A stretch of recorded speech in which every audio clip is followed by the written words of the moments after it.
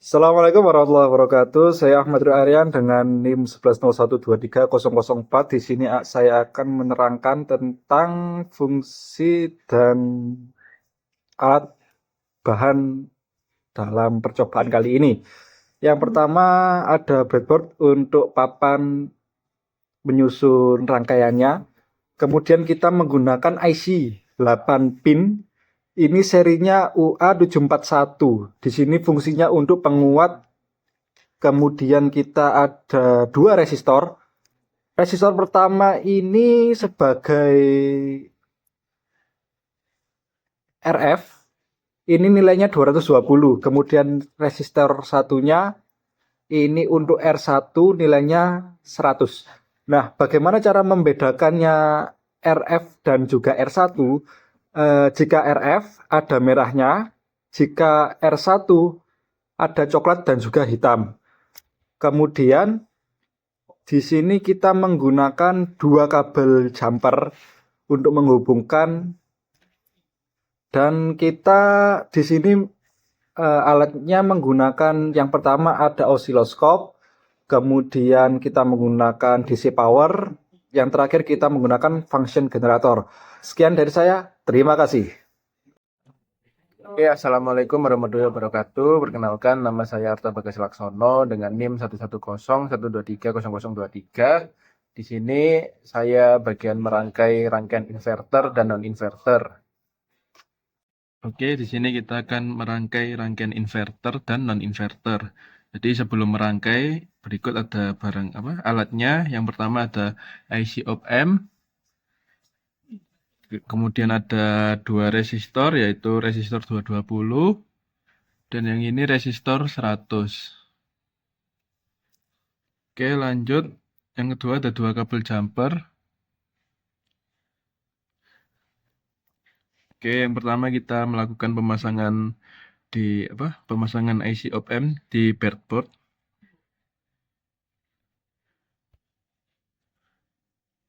Kemudian kita memasang kabel resistor yang 220 di kaki nomor 2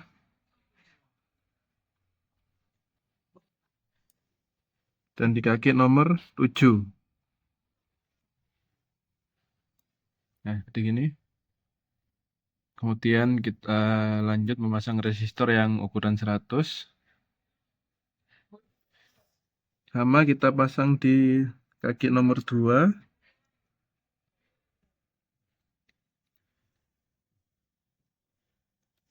Seperti ini. Dan yang terakhir kita memasang dua kabel jumper sebagai input dan output. Yang input kita masukkan di sebelahnya kaki resistor yang 100. Dan yang output juga kita masukkan di kaki nomor 6 sebelah sini. Seperti ini. Ini rangkaian inverter. Kemudian untuk rangkaian non-inverter kita cuma mengubah inputnya yang ini di kaki nomor 3 di sebelah sini. Jadi seperti ini. Mungkin sekian dari saya. Terima kasih. Baik, perkenalkan nama saya Iva Dinur Fadila dengan NIM 11012300027. Di sini saya akan menjelaskan mengenai perancangan bagian inverting. Baik, langsung saja kita masuk ke videonya. Baik, di sini saya akan menjelaskan tentang rangkaian inverting, di mana kita lihat sendiri di rangkaian inverting ini sudah pasti terdapat op-amp. Nah, di op-amp ini kita merangkai rangkaian inverting ini melihat dari datasheet dari op-amp yang kita gunakan, di mana op-amp yang kita gunakan itu datasheetnya menunjukkan pada pin 1 dalam rangkaian ini atau pada kaki 1 dalam rangkaian ini tidak digunakan. Pada kaki 2 dalam rangkaian ini satu ujung resistor R1 terhubung ke sini menerima sinyal dari sumber atau audio generator. Satu ujung resistor RF atau feedbacknya juga terhubung ke sini. Pada kaki 3 dalam rangkaian ini langsung terhubung ke groundnya. Kemudian pada kaki keempat dalam rangkaian ini dihubungkan ke terminal negatif dari catu daya DC atau DC. Kemudian pada kaki kelima dalam rangkaian ini tidak digunakan. Kemudian pada kaki keenam atau outputnya dalam rangkaian ini satu ujung dari resistor RF atau feedback itu terhubung ke sini. Jadi sinyal keluaran akan diamati di osiloskopnya. Kemudian pada kaki ke-8 dalam rangkaian ini terhubung ke terminal positif dalam catu daya DC-nya. Kemudian pada kaki ke-8 dalam rangkaian ini dibiarkan terbuka atau tidak terhubung kemana-mana. Baik, perkenalkan nama saya Berliando Karel dengan NIM 11012300019. Di sini saya akan menjelaskan bagian perangkaian dari non-inverting amplifier. Langsung saja kita masuk ke video perangkaiannya. Baik, di sini saya akan melanjutkan untuk yang non-inverting amplifier, yang mana non-inverting amplifier ini menggunakan rangkaian di breadboard yang sama dengan inverting, namun ada sedikit perbedaan untuk input rangkaiannya yang tersambung dengan op-amp. Untuk yang non-inverting amplifier ini yang tersambung dengan op-amp, untuk kaki pertama itu tidak ada. Kemudian yang kaki kedua itu tersambung dengan kaki dari RF dan juga RI yang kemudian tersambung dengan ground. Kemudian untuk yang kaki 3 itu tersambung dengan input dari fungsi generator dan juga channel 1 dari osiloskop. Kemudian yang kaki 4 itu tersambung dengan sinyal negatif dari DC power. Kemudian yang kaki 5 itu kosong. Kemudian yang kaki 6 itu tersambung dengan channel 2 osiloskop. Kemudian yang kaki 7 itu tersambung dengan sinyal positif dari DC power, kemudian yang ke-8 itu kosong. Jadi itu tadi untuk yang non-inverting amplifier, rangkaian yang bisa saya jelaskan. Yang bisa dilihat juga pada video yang tersedia. Mungkin itu saja yang bisa saya jelaskan untuk perangkaian dari non-inverting amplifier. Terima kasih. Baik, perkenalkan saya Tari Zulfasan dengan NIM 11012300045. Di sini saya akan menjelaskan osiloskop yang inverting. Baik, langsung ke video penjelasannya. Baik, di sini saya akan menjelaskan untuk yang inverting, di mana kita pencet auto terlebih dahulu. Nah, di sini sudah terlihat dua buah gelombang sinus yang berbeda fasa, di mana untuk channel yang satu, gelombangnya itu lebih besar dari gelombang 2, di mana gelombang 1 adalah output dan gelombang 2 itu adalah input, yang berarti telah terjadi input ke output. Nah, untuk tinggi gelombangnya itu menempati 4 kotak vertikal. Jadi, jika pengaturan volt per diff-nya itu ada 5 volt per kotaknya, maka tegangan puncak ke puncaknya itu gelombang sinus tersebut adalah 4 kotak dikali 5 volt yang hasilnya 20 volt. Nah, untuk yang kedua, terlihat dua gelombang persegi di mana gelombang pada channel 1 yang berwarna kuning itu sebagai output, sedangkan gelombang pada channel 2 yang berwarna biru itu adalah input. Jadi gelombang output yang warna kuning memiliki amplitudo yang jauh lebih besar dibandingkan gelombang input yang warna biru, di mana mengindikasikan adanya proses dari input menuju output.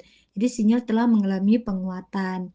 Untuk mengenai amplitudo gelombang kuning yang sebagai output ini memiliki nilai tegangan puncak ke puncaknya itu sebesar 31,05 volt dengan gelombang dari puncak ke lembahnya sekitar 1,5 hingga 2 kotak vertikal dengan segala 20 volt per diff-nya. Nah, sementara itu gelombang biru yang sebagai input memiliki peak to peak-nya itu sebesar 1,550 volt sekitar 1,5 hingga 2 kotak. Untuk yang terakhir, terlihat ada dua gelombang segitiga, di mana gelombang pada channel 1 itu yang berwarna kuning sebagai output, sedangkan gelombang pada channel 2 yang berwarna biru itu sebagai input. Nah, sudah terlihat jelas juga bahwa gelombang output yang warna kuning ini memiliki amplitudo yang sedikit lebih besar dibandingkan gelombang input yang warna biru, yang mengindikasikan adanya proses dari input menuju output, di mana sinyal mungkin mengalami sedikit penguatan. Ya, untuk nilai tegangan puncak ke puncaknya, peak to peak-nya itu sekitar 30 volt. Karena tinggi gelombang dari puncak ke puncak adalah 1,5 hingga 2 kotak vertikal dari puncak ke lembah. Mungkin Bisa dilihat juga dari video yang sudah tertera. Di sini juga udah kelihatan bedanya dari ketiga gelombangnya. Mungkin itu saja yang bisa saya jelaskan. Terima kasih. Baik, saya Muhammad Nabi Kodaila dan NIM 110 123 014. Di sini saya akan menjelaskan bagian osiloskop pada bagian rangkaian non-inverting. Untuk penjelasannya sebagai berikut. Nah, untuk penjelasan bagian osiloskop ini pada rangkaian non-inverting, ini terlihat dua gelombang sinusoidal, yaitu warna kuning dan warna biru. Warna kuning itu merupakan channel 1 dan warna biru itu channel yang kedua. Untuk frekuensi channel yang satu atau yang sinyal warna kuning itu sekitar 50 Hz. Dan channel yang dua juga sekitar 50 Hz. Untuk amplitudenya, peak to peaknya itu ada di angka, untuk channel pertama itu 96 volt. Dan untuk channel kedua yaitu 95 volt. Dan untuk tegangan RMS-nya ada di 33,90 volt untuk channel pertama dan channel kedua 33,60 volt. Bentuk sinyal ini cukup bersih dan simetris, menandakan sumber AC yang relatif stabil. Dan terlihat juga ada sedikit perbedaan fase antara channel 2 dan channel 1 yang kemungkinan menunjukkan adanya pergeseran waktu delay antar sinyal.